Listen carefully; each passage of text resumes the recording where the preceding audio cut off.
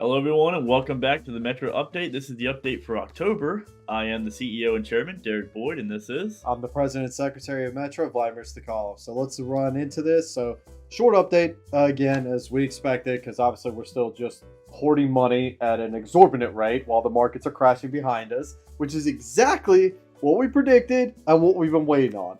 Yep. But we're going to wrap it up. So first things first is a wrap up from multiple months ago. Is the update on 108. So as you guys are well aware, obviously we had the eviction. He filed an appeal. We filed a bond for stay. He failed to even appear for the bond for stay. The eviction got enacted. The eviction went through, and the appeal for some reason was still just lingering in the air as if it was an open case. We had a court hearing in September. It got canceled without notice. We then got a court hearing for October. Which after we showed up, he didn't show up. Case was dismissed. As we expected. Waste of 30 minutes of our time because the way they do circuit court like that. Oh, I'm sorry, common police court. Even more than that because we had to drive down. Yeah, we had to drive down there too. It was like a waste of like an hour and a half of our time. Because they do it in batches. Yeah. So we were third on the docket. Yeah. So we had to sit through and listen to two other cases, just biding our time until we got summoned. To finally just be like, yep, not here. Okay, dismissed, gone, bye. Thank you, Your Honor. And walked away from there. But it's done, it's settled, and like I said, waste of our time, waste of the court's time. Absolutely dumb as a whole. So, but it's done. Once more, while we're really glad we figured out this bond for stay system, because otherwise we would have once again been trapped in the court system here, and this guy potentially could have had all this time from April when we started this process till now. But if he did show up, he could have potentially fought it. It could have delayed even more. It's just, God, it's ridiculous. Keep in mind, by the way, in that position. That court hearing was on the 26th of October. We would not have an eviction right then and there. We'd still have to then go through the Anderson County eviction process, meaning it could be anywhere between a week to 3 weeks. We'd still have to bring out 2 other people to help do the move. Yeah. And then finally, we'd be able to do the eviction. So all this work that we've done on the house could not have even started had it not been for this bond for stay hearing, because then Derek and I would have finally got in there. We would have started doing the renovations. We would have started putting it up. So everything that we've been talking about for the last couple of months would have been delayed up until now for it to finally go through had we have not done the bond for stay. And again, the fact that so many other landlords don't know about this and so many other landlords just sit on it is just disgusting to me that they get put in this position. I genuinely feel for them. So yeah. But that's everything to wrap up on that. It's done. It's over with. Now we're going to get into this month. So the first thing on this agenda, we got 130 rented. We got it rented under the new owner finance trial template that we're doing, where basically you're a good background, you're a decent credit, we send you in, no down payment, you just pay monthly, there's a lot rent, and you just pay it down over the course of a true rent-to-own kind of style of home. The question is, and we're still not 100% sure on this, is if they somehow got power onto the unit. So if you remember last month, we tried to pull the permit for the power to that unit, and they gave us like a laundry list of things that need to be done. And a few of those things totally made sense. Not a problem. Those people were signed agreements with us and were in there within like a matter of 3 days. And we confirmed that they weren't stealing power or siphoning power, but we just couldn't catch them to actually ask them. Yeah, because I had gone out there to pick up rent from 2 other tenants, and when I went out there, it was at like maybe 7:30 at night, and obviously it's winter, so it gets a lot darker, a lot quicker, and it was dusk range, and there was a lot more light in that house than if you would just have a couple flashlights or something on. Or a generator, because those are loud and you'd easily be able to hear it. There's light on in there. But I don't know if they have the power on, because it was a weekend. It was like Saturday. So obviously the power company didn't come out that day. And I'm like, I don't know. That seems kind of weird. Especially considering the day that they had signed the contract. There's not even enough time for them to have the inspector come out there to look at it, approve it, then the electric company to turn it on. So I was like, I don't know. Seems a little fishy, but whatever. But if they did somehow get power onto it already, more power to them, literally and metaphorically.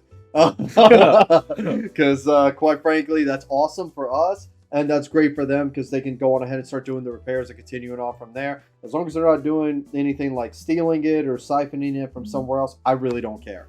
But that pretty much wraps up 130. Now we're moving on to our new issue at 138. So we found somebody that's interested We haven't finalized the deal yet, but they're interested in renting the lot over at 138. And lo and behold, county never ceases to amaze me with their incompetence. So, why do I say the county is incompetent in this situation? Because of this. 138 did not have a mobile home on it when we got it. We then sat there and we told the county. The county said they would send out an inspector to confirm that there was no... This was a year and a half. Yeah. They said they would send out an inspector to confirm that there's no mobile home there. We're like, cool. A couple months later, we get a tax notice for unpaid taxes because we're not going to pay taxes on something we don't have. And we go to the county. Hey, we got this bill for unpaid taxes. There's no mobile home here. Said they would send out an inspector. Okay. We walk away. Then we get a notice that the unpaid taxes have been sold to another investor who's buying up taxes or whatnot. You know, and we're like, tax liens that happen at the end of each year when you didn't pay the previous taxes, they sell it. And then if you don't pay that off within a year, then that person will get a tax deed. Tax lien, yeah. And, tax deed, yeah. And so we're like, hey, you guys just sold a tax deed to somebody that this doesn't exist. If they come there to repossess it right now, it's not there. We'll send out an inspector. County comes out during the tragic incident of 118 where the child had been shot and killed in the home. Back in this January, which was, 7 months behind when we first started this whole process? So they came out because of that. They rip out the meter at 138 because there's no mobile home on it. And obviously they're not going to have a live meter ready to go when there's not a mobile home there. So there need to be electrical permits pulled to basically set up a mobile home there and then redo the electric. Makes perfect sense. No arguments there. But they confirmed that there's no mobile home there. Now we get to this.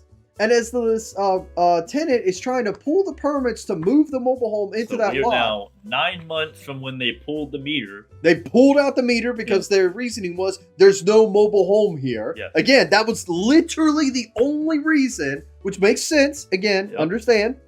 We're now here and they're telling us there's a mobile home on it, so they're not able to do the permit. And we're like, how are you telling us there's a mobile home here? We're telling the same people, like, hey, please do an inspection. We don't have a mobile home here. Why are you sending us this bill? Well, you have a mobile home there. It's on file. Why did you pull our meter if there's a mobile home there? Your guy literally, the head honcho, big dude on campus, came out there and physically saw there was no mobile home there and wrote off a thing saying that it needs to be removed. What are you saying? You revoked the electrical permit on that because there was no mobile home there. Totally fine. I totally agree with it. It's for the safety of the general public. Why are you still saying there's a mobile home there? Yeah. Oh my God, man. So, needless to say, over the course of a year and a half, basically, we've attempted numerous times to get them to do this inspection. They keep telling us 2-3 weeks out that they'll get. Which is fine because we're not in a rush. Yeah. There's no mobile home there. We can't rent. We didn't have a renter ready to go yet. There was no rush on our end, so we're like, okay, cool. That sounds great. This lady goes out there. I don't know. I guess. Complains or just demands action instantly, or I don't know, whatever. They just care a lot more about potential tenants than they do about us. In one day, within the same day, which we've never heard of, we've never had a same day inspection ever. Every time we even try to file an inspection, it's a day or two out. She went there at like 12 p.m. and got an inspection done at 2:30 p.m. Mm-hmm. How the hell she pulled that off, I don't know. But either way, inspector came out there and sure enough noticed that there was no mobile home out there and that they were like, okay, yeah, it makes sense. Everything validates. And so now we've finally cleared off that lot. There's no mobile home on there, at least on file. And I hope, because this is 100% the county's incompetence, because we don't even have the title to this mobile home that was supposed to be there. Not supplied to us at closing. I hope that whoever bought this tax deed, the county's going to refund them their money because there's never been a mobile home there from us owning it. Yeah. And we never had it even filed into our name or anything else because we don't have the title. Yeah, when we closed on the property, we got 10 titles. One we don't even know what it goes to, and we're missing 2 or 3. We never got one for 122 Carcourt, the one we moved in. We never got one for 136 Carcourt. It's in actually Mr. You're right. Richardson's name, the guy who owned the mobile home park when he first built it. It's called the Richardson Mobile Home Park. The guy who built the park is still in his name. We're trying to get that one figured out. And then we never got one for 138. And then we have a random one that doesn't go to any home. Yeah, Not there's even, no not home even that the one. matches it. Yeah, not even. It doesn't even go to 138. It just goes to a non-existent mobile home. It's just a random, because they all have serial numbers. It's a random serial number that has never been registered with that park ever, and none of the mobile homes. So we have a random title that we don't know what it goes to. Mm-hmm. And it's a mess. It's And a mess out there. the thing that kind of annoys us with this too is that this isn't the first time we've seen. I guess I don't want to make accusations like fully, but I'm going to call it preferential treatment. Yeah, that's exactly what it is. This is not the first time that we've experienced this, where for some reason, whenever Derek and I are trying to get something done, we just get hit with delays, like bureaucratic paperwork, BS, and like holdups and like reasons that we can't do it, except for 108. That was a very smooth, very good, like very well done transaction. We called them, they had an inspector out in 2 days, they approved the permit, they sent us the permit, everything was done with 108 with no problem. That was 100% him and I dealing with it. That was the only exception.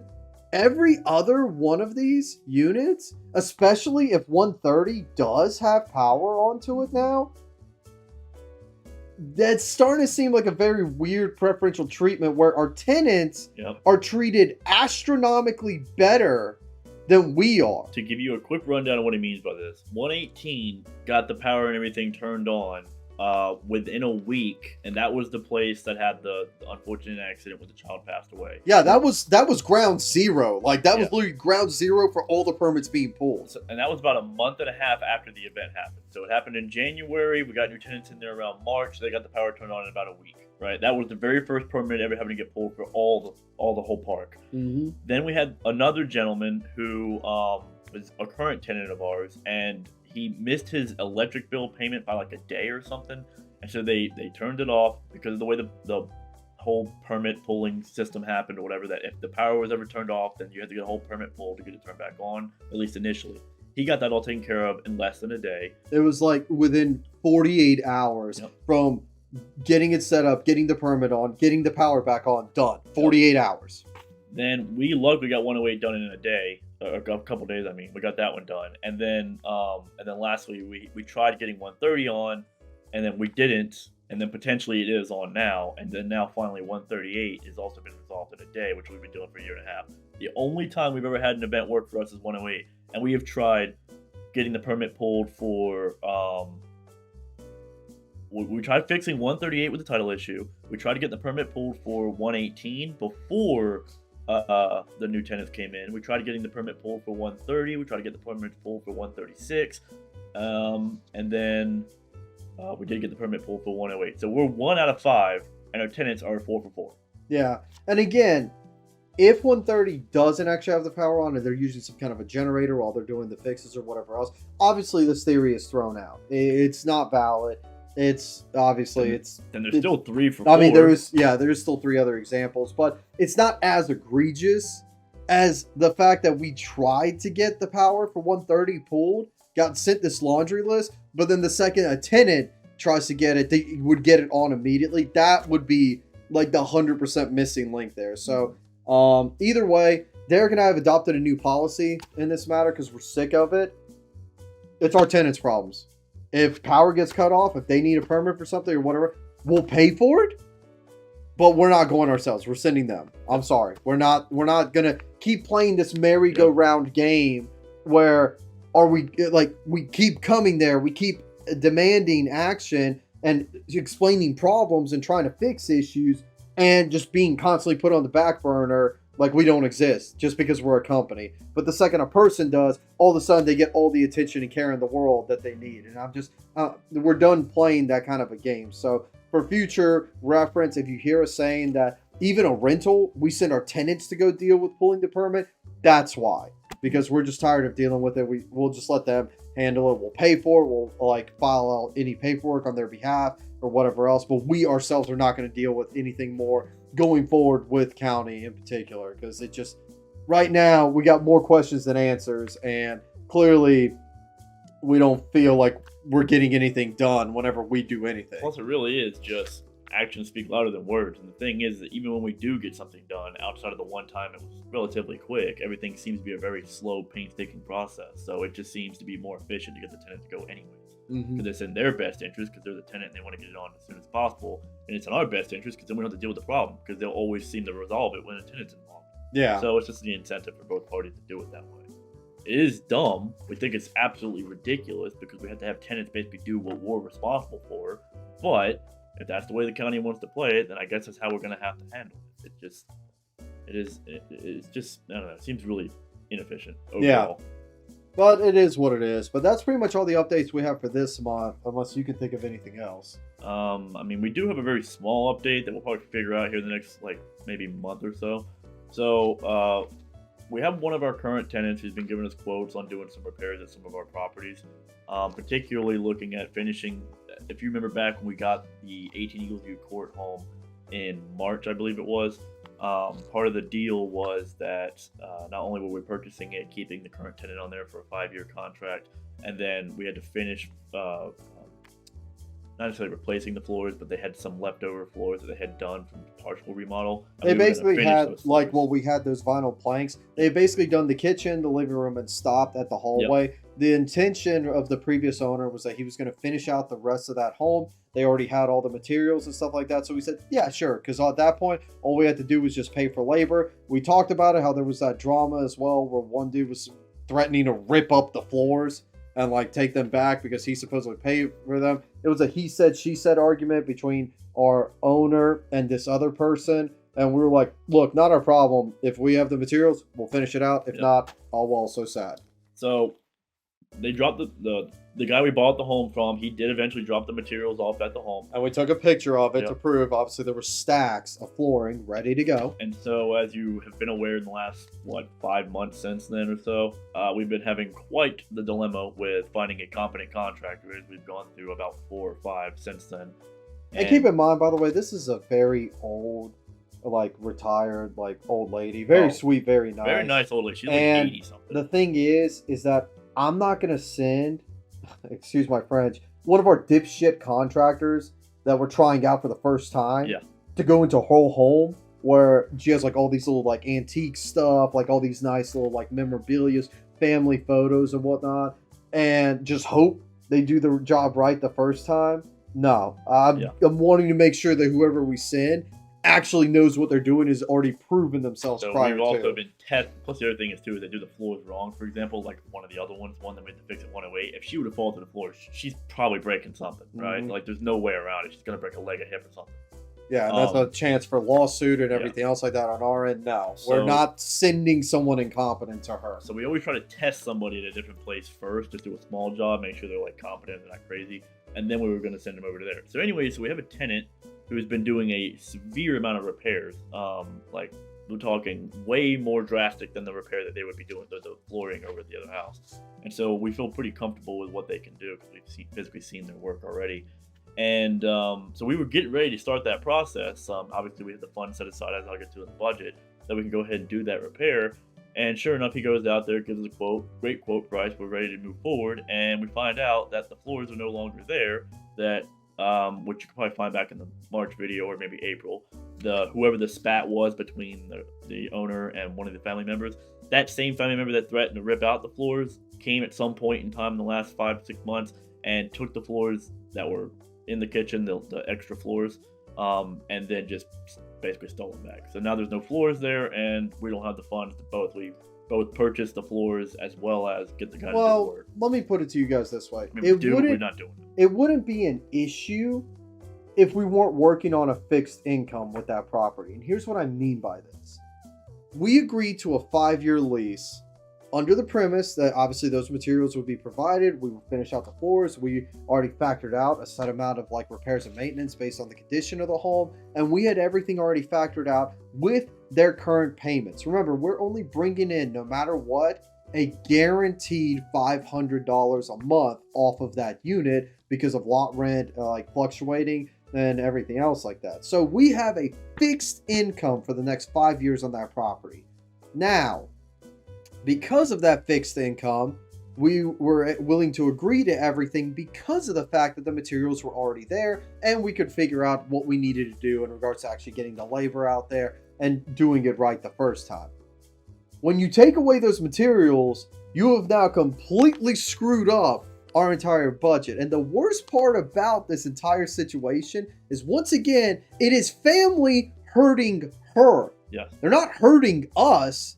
The floors are stable. They're fine. There's no requirement dictating that we have to have, by law, hardwood flooring or carpet or anything else. It just has to be good, sturdy subfloor. So we're fine legally. The only person that this family member has hurt, once again, is their own family by doing this kind of BS stunt. And the thing is, I told Derek, I was like, contact the person you've been in main contact with about this. Tell them the situation. Tell them we're not moving forward.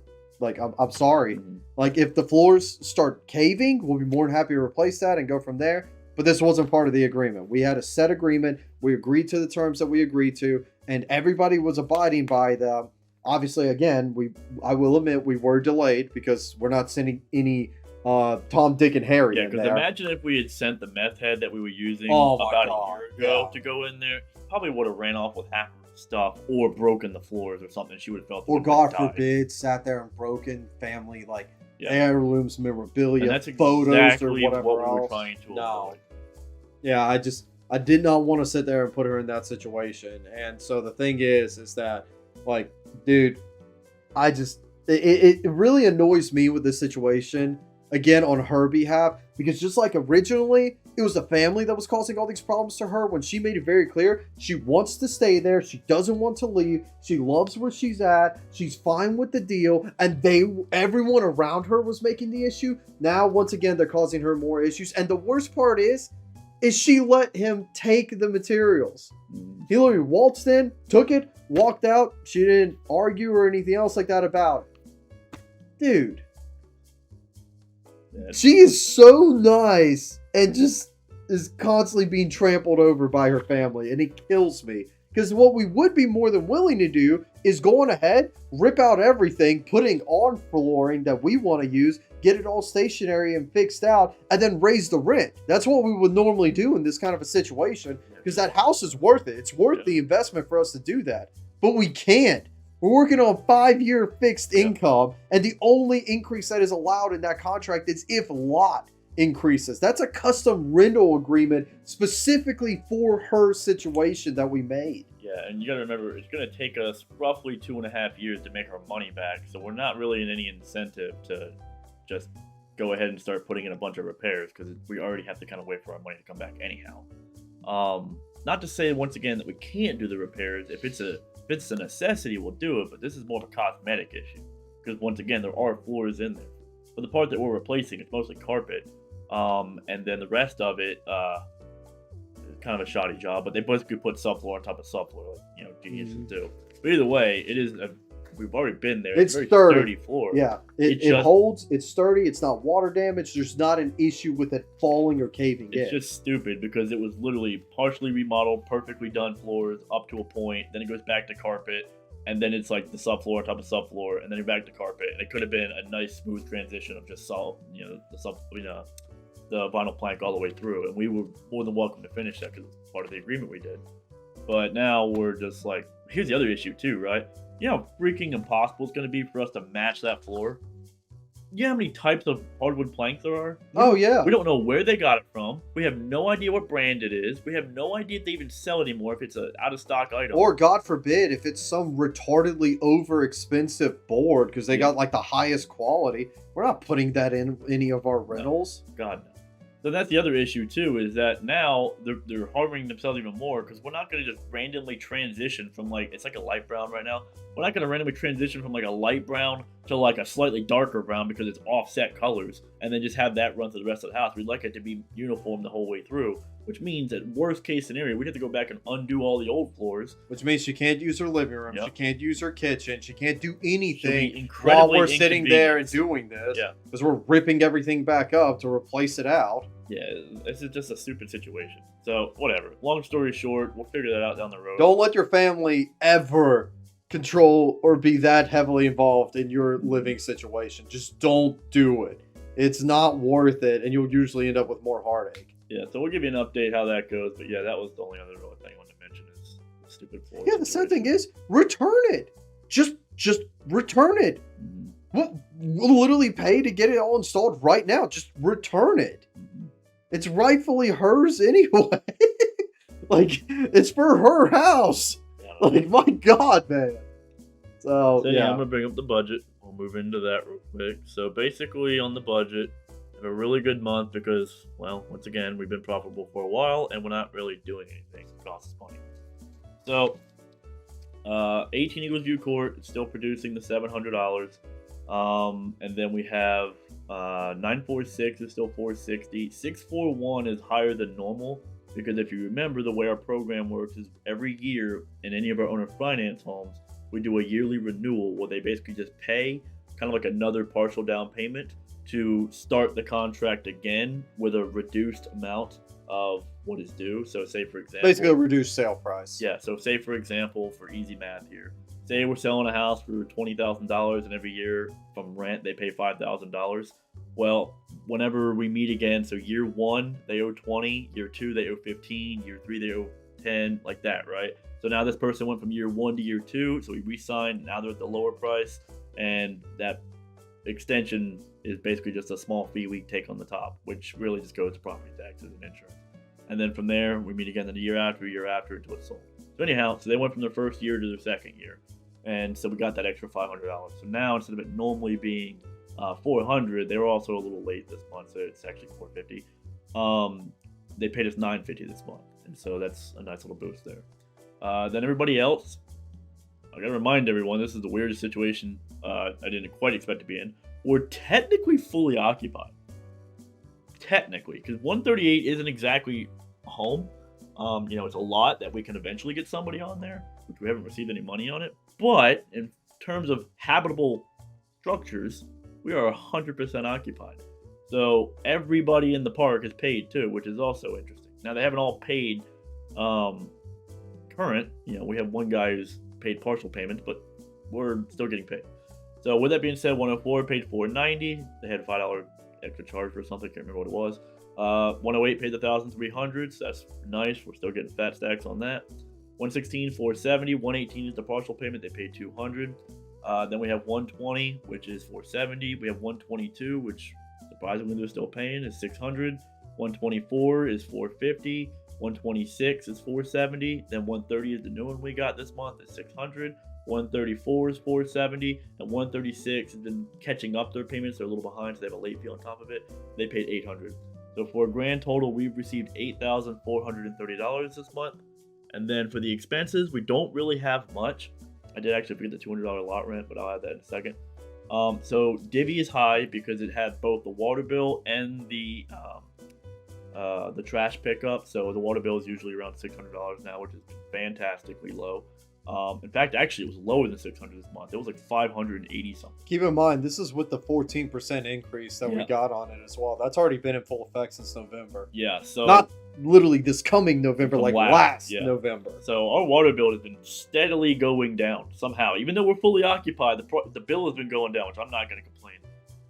So this month, it was actually, this 2-month period was like $580 something, which is just insanely great. Considering we were paying $2,100 something at the peak. But anyhow, so it had that, and then the water bill is the trash pickup is like $300 and something. So they had all that on there, plus our regular expenses for like the website and whatnot. So that was $1,153.36. The mortgage is the standard $1,953. Apple is the card that we have, our cell phone, and some other various little expenses. Insurance, stuff like that. Yeah, it was $247.19. Amazon is, once again, where we have some of our other minor expenses. In this boots. case, so this is like our construction boots, because both mine and Derek's boots we're starting to wear doing the job. Yep. Ladders, like the actual vinyl plank cutter. So we still have all this little other bit stuff. of material that we're still paying that on, just because it's better for us to pay the payments than it is to pay it all up front, because it gives us more money in the bank with no interest. So that was $250, and then, like I said, I forgot to put on here the $200 lot rent. So that would put us at a grand total of $3,803.55, which puts us at a total net for this month of $4,626.45. So that's a pretty good amount of money. Considering we're in a downturn economy right now, and people are starting to finally fully see it. We're still profiting very well under the Metra brand. Keep in mind, this still doesn't even include his and mine personal either.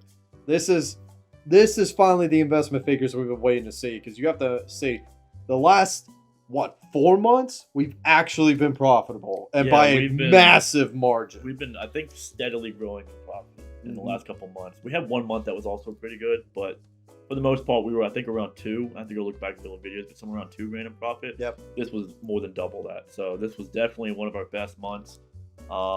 Theoretically speaking, if we wind up getting the person at 138, then and we don't have obviously the water bill and the trash pickup, theoretically our profit next month could be over 5,000. Yeah, because once again we don't have as many expenses. Those aren't reoccurring. They are, but they only come every once in a while. So once again, $5,000, if we can get that, would be huge. But either way, even if we're still in the 4,000 plus range, still gold. Now, yeah, I don't think anybody's gonna bitch about making $4,000 a month. Yeah. After all expenses are covered. Yeah.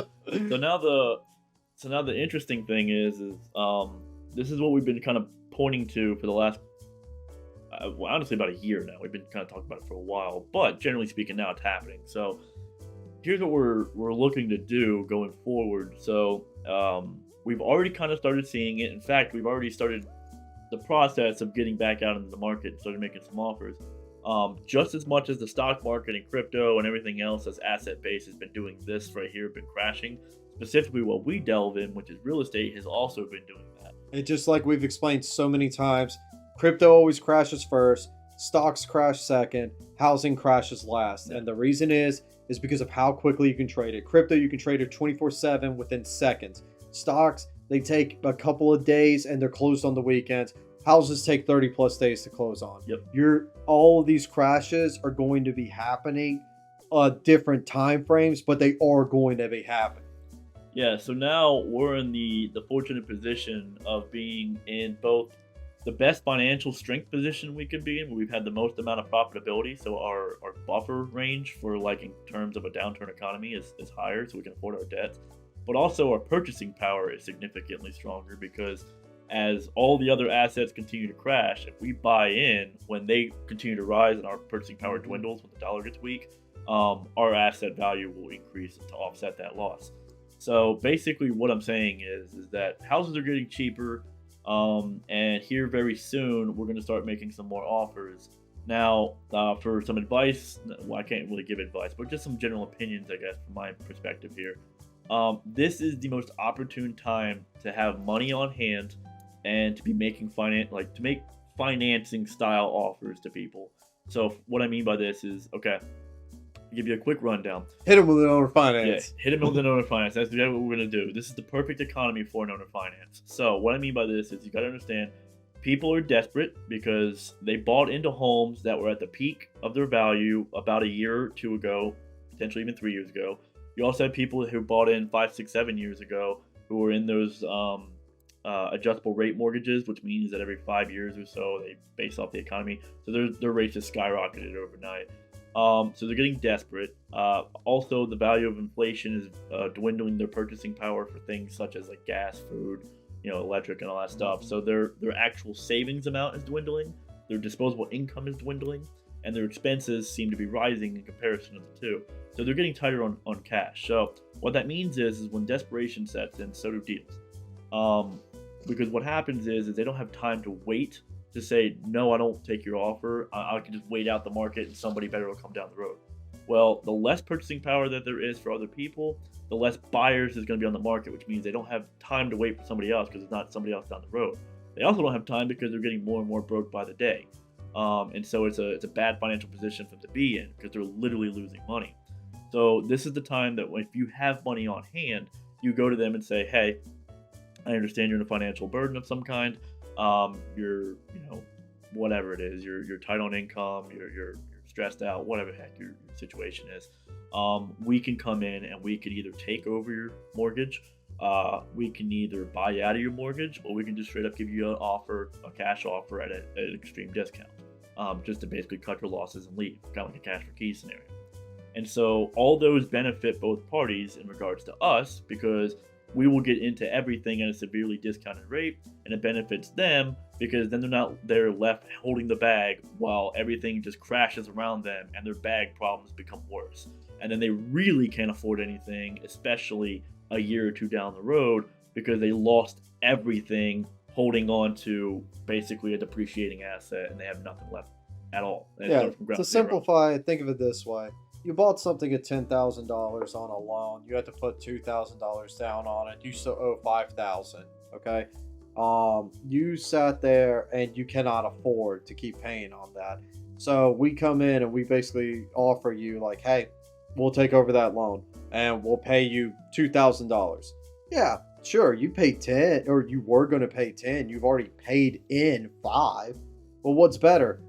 Taking our 2 or just defaulting on it, losing everything anyway, and now having that against your record? Yep. Like, it's called cutting your losses for a reason. That's exactly what we're going to be aggressively offering coming in these future months and everything else. Like, we're probably going to be sending out somewhere in the neighborhood of like 100 plus offers. We don't care. It's just throwing them out there, like, hey, we can owner finance. We're a real estate company. We can afford it. We can pay for it. We have a good track history. We have references. You want to take this deal? And like, that's the thing. It's like, that's the nice thing about being in our position, is that we have the backing of being a real estate company and not some random dude. Yeah. So that makes us more legitimate and more comforting for people to be like, you know what, I probably should take this. The other benefit too, and this is the biggest benefit of all, is that there's already a big margin that we're saving on when the economy is crashing, and that's a third party or a middleman.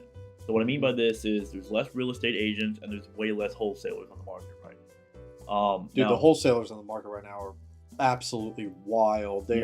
They're scrounging at any like morsel that they can suck out right now, and it's disgusting because they're promising these people that they're the buyers and they're not. Yeah, and the thing is that they don't ever keep money on hand when they do wholesale. They pretty much usually sell and blow, right? So they'll just like sell the house and blow it on a car, sell the house and blow it on a vacation or something like that, right? Mm-hmm. So they typically live almost like a 9-to-5 employee with no passive income. It's all active. They have to constantly keep selling to make funds to be able to live their lifestyle. Now the problem is that that's only when, as people say, the gravy train's rolling kind of thing. As long as there's buyers that they can sell to, then they can continue to live that lifestyle. But once again, as you get to a downturn economy, less and less investors, because they hold cash, because investors are smart, right? They didn't get their money by being idiots, right? Some got lucky and fell into it like a lottery kind of thing. But generally speaking, the vast majority of investors are pretty smart. Well, even the people that fell into the lottery, if they still have the money, they were smart enough to know that they're not smart enough to manage their money, so they gave it to a wealth manager or a company or somebody else to invest it for them. That's how they were able to maintain their money. There's plenty of stories of them, like millionaire lottery winners, losing it all and having to do it all over again. And so now, once again, getting back to where we are, and the thing is that it's not just, and I want to clarify this, it's not even just real estate, right? Obviously, earlier I just mentioned stocks and crypto and everything else. As they're crashing and the value of your dollar gets stronger, eventually you just buy in low, and then when it raises up, you can sell off and you got more money. But either way, that's one thing you can do if you just want to be real simple. So just selling your money, wait about another 6 months or so, then buy in, because as the Fed keeps pumping up that rate, economy is going to continue to just kind of crash for a little bit. Anyhow, back to my point with the real estate, what we're going to be doing. So once again, we're going to be doing a lot of offers in terms of owner finance. Even the cash offers that we can do are going to be significantly beneficial, because once again, the golden goose that we got with 18 Eagles View Court, where we bought into a already profit producing asset, those will become more valuable now, because you got to remember, rents don't drop overnight like the value of a house will, right? Rents, first off, are usually locked in for a year. The vast majority of people do 1-year leases. Mm-hmm. And then 2, the market for rents don't really change in terms of going down. They usually go up. In order for a rental market, this is why rents always go up. In order for a rental market to drop, that's terrifying for the whole area, because what that means is that it's no longer a profitable area and people are refusing to rent there as a whole. The only way to really drop rental prices, as weird as this sounds, is to buy a house and live in that house. That's how you drop rental prices. Then you're taking yourself out of the market. You're no longer a buyer of rentals. You are now a homeowner, and you are no longer somebody that a person who owns a rental property can rent to. Mm-hmm. So you've taken you are now the supply for buyers out of the equation. So the more homeowners there are, the less renters there could theoretically be. Which would drop the prices of rent because obviously now the landlords are having to compete with each other to get those renters because it's a much better rental market. But as we know, specifically mine and Derek's generation, millennials, are retarded and love to rent for some reason. They are the reason that the rental market is so out of control.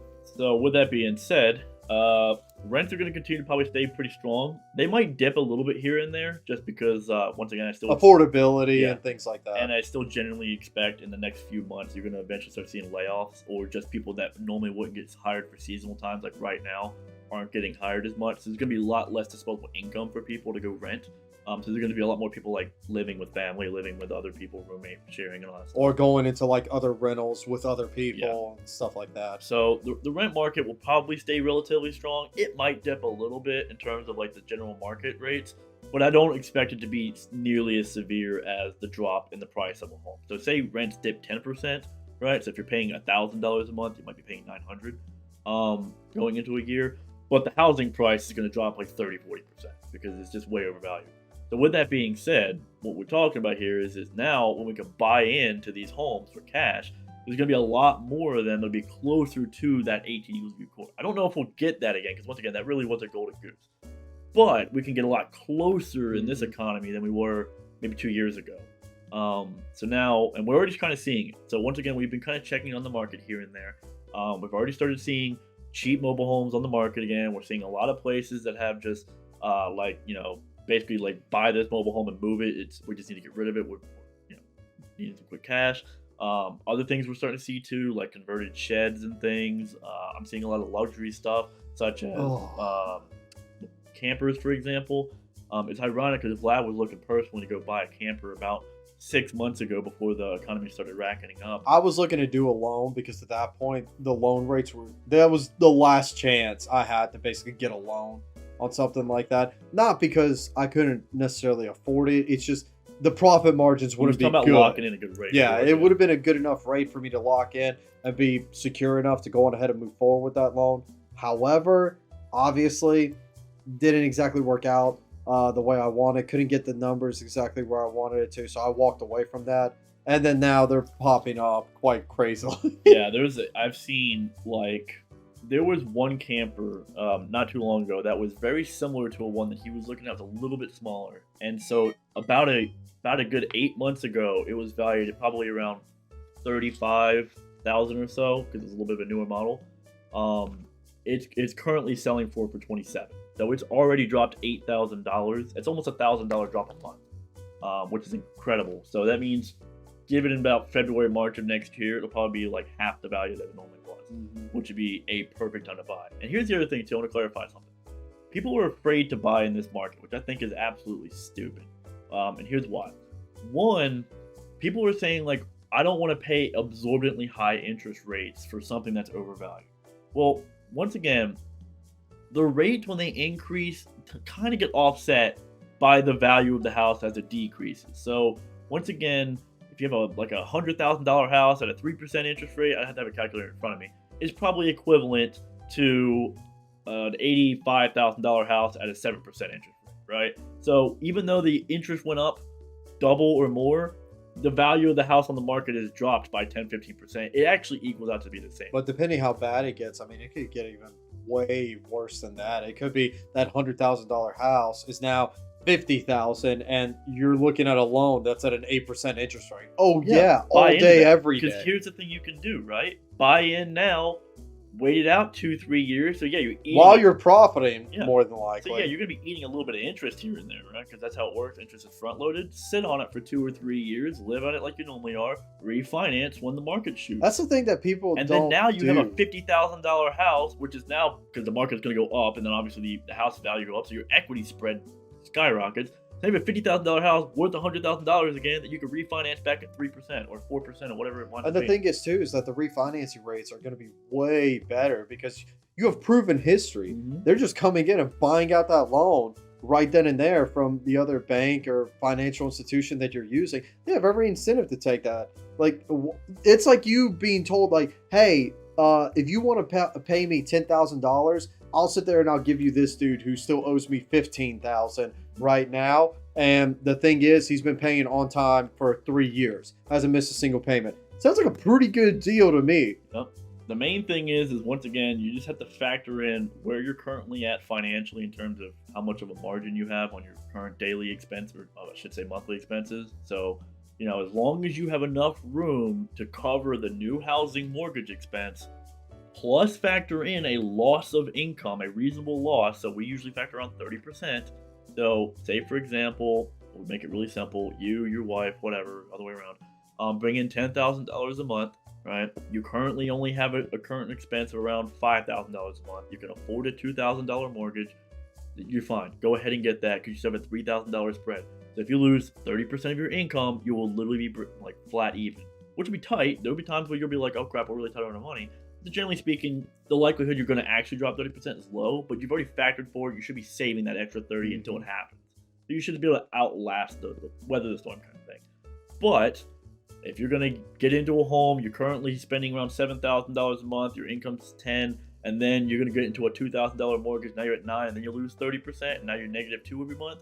Really bad scenario. Do not buy into that. That's horrible. Just save your money, let it rise, let the inflation costs and everything else eat a little bit away at it, but your purchasing power will still be significantly stronger.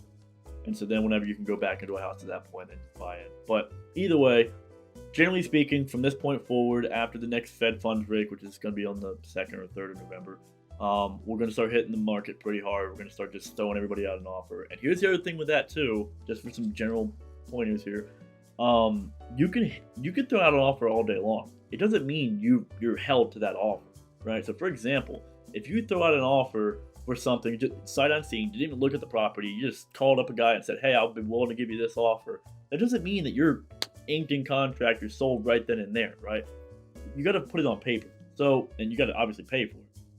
So the thing is we're just going to throw out a bunch of offers. The idea is to get calls back to see who's potentially interested in selling, especially at a lower amount, because of course our offer is going to be lower.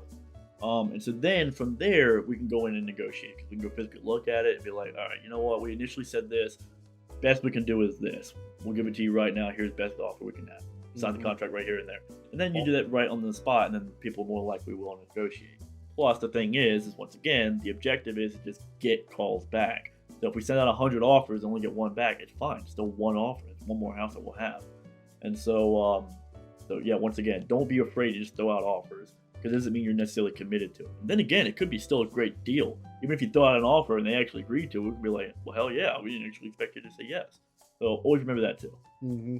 Yeah, it's a numbers game at this point. And the thing is that you're going to have a lot of stubborn people that think that they'll be able to wait it out, or think that it's still good, or have some realtor whispering in their ear telling them sweet nothings about how much money they're going to make once this sells.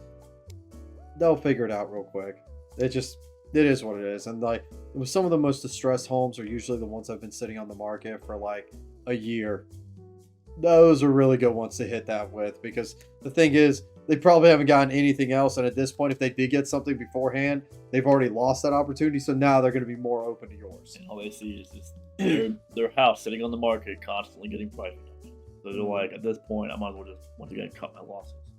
Yeah. So, once again, that's pretty much the general outlook of what we got going on. So we're doing really well right now financially, in terms of just the health of the company, and then like I said, purchasing power is really beneficial. Not the best time to invest, baby. Actually, ironically enough, best time really to invest in Metro right now. Yeah, because you want to get in on this recession economy train we got going on here?